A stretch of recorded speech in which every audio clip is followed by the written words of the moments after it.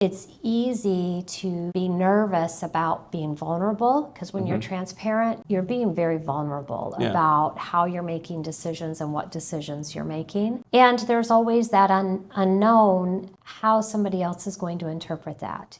Everybody comes to work every day with different things they're thinking about. I don't think anyone, no matter where they are in the organization, what they do, they're not coming to work to do a bad job or not enjoy their job or to not like the culture or any of those things.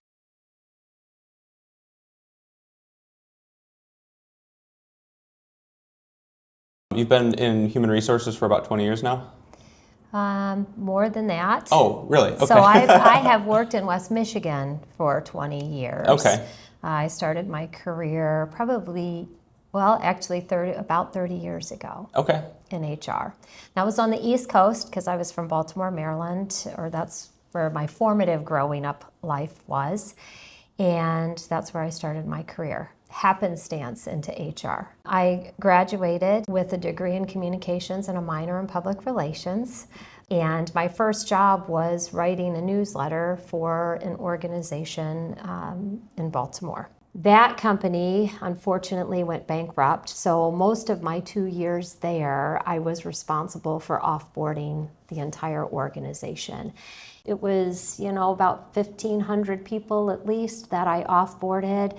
Quite a humbling experience right out of college. So then I just stayed in HR, and my next experience was opening a facility for another retailer for Saks Fifth Avenue. They're still around. So I went from closing an entire organization to then hiring for an entire facility of 1,000 people. I've been in West Michigan for 20 years. We relocated here to raise our children in the Midwest. I have family from this area. And I've been in leadership roles since I've been in West Michigan. Different HR than what I was used to on the East Coast. Those were huge organizations, publicly traded. Now my career here has been working for privately held, smaller organizations and manufacturing, which has really been interesting. It's really cool what we do here in West Michigan. We make things. Is HR the same in every one of those companies? That's an interesting question. I think the baseline of HR is likely the same in many organizations. The size of the company is what defines, I think, more of what the difference is in HR. Has there been a time where you've seen a good culture and a bad strategy, or a good strategy and a bad culture, and how has that impacted the organization?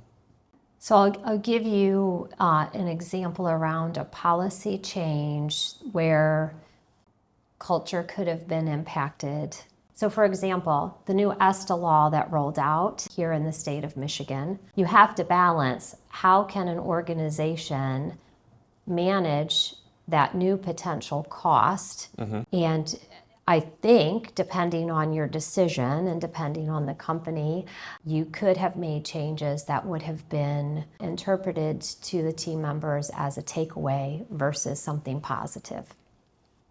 And that can, in a second, make a negative impact to your culture and hit your culture to where then it's like, okay, are you really respectful? Are you really holding integrity around your policies? Is this really a place I want to work?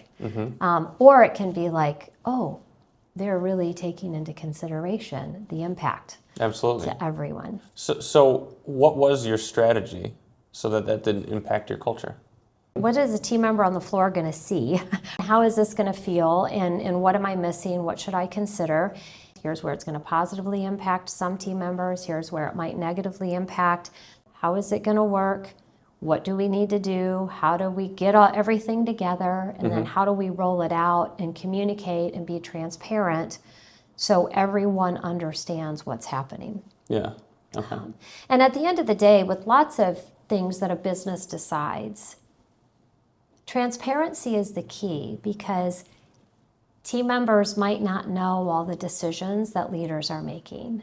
And leaders are doing the best they can to make decisions so the business can stay viable, right? Because we're here employing how many team members, and we need to make sure that they get a paycheck. Did you always know that transparency was key?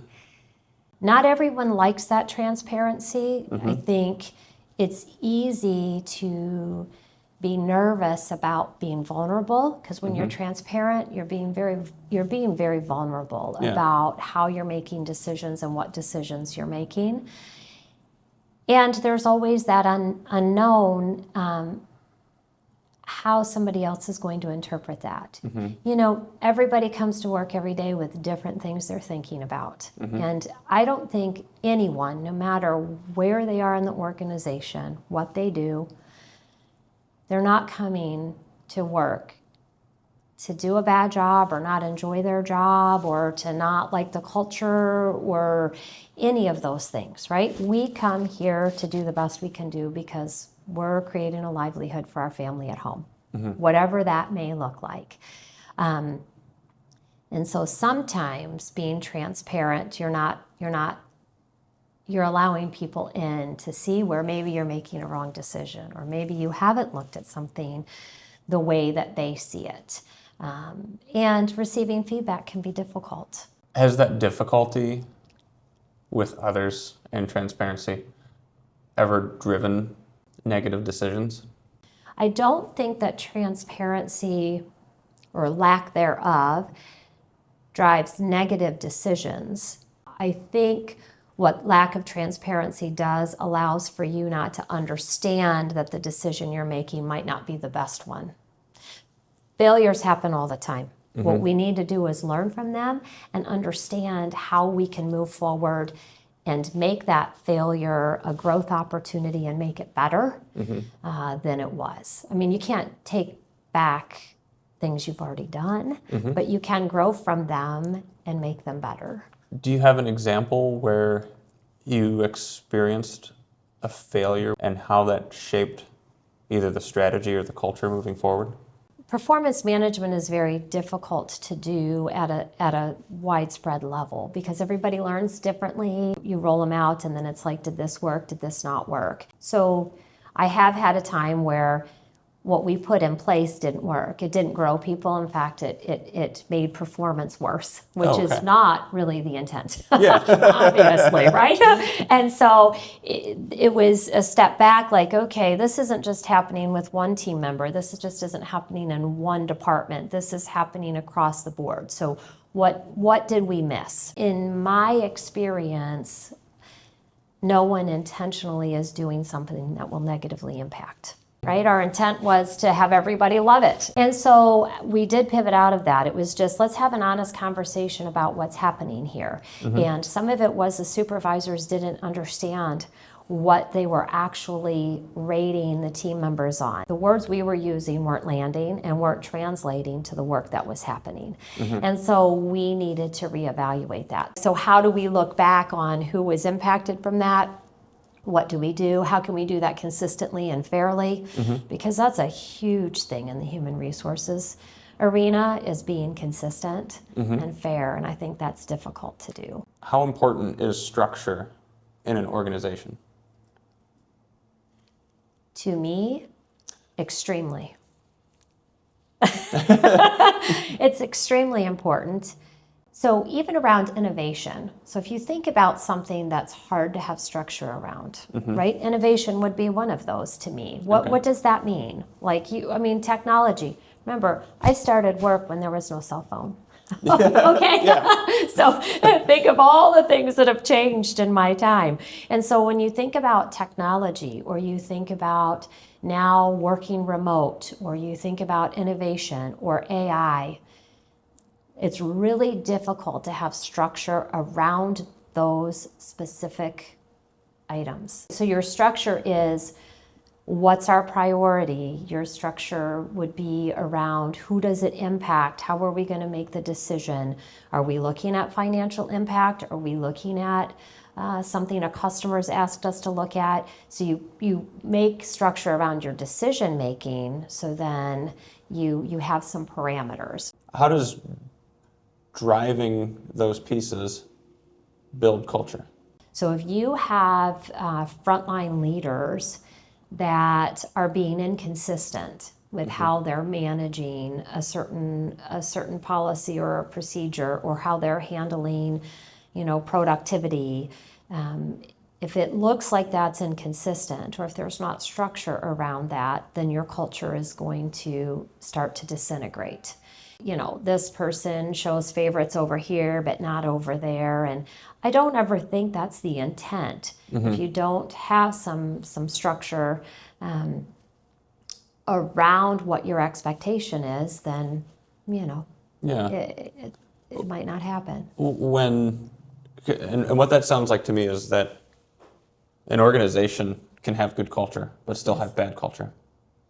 Right? Yes. It's pockets. Yes. It's maybe here or maybe there. Yes. And if you allow it to go unchecked, Yes. then it continues to disintegrate. Have you had moments where it's escaped farther than you expected? To me, some of that is more about engagement. And we were just getting ready to roll out something here about the difference of culture and engagement.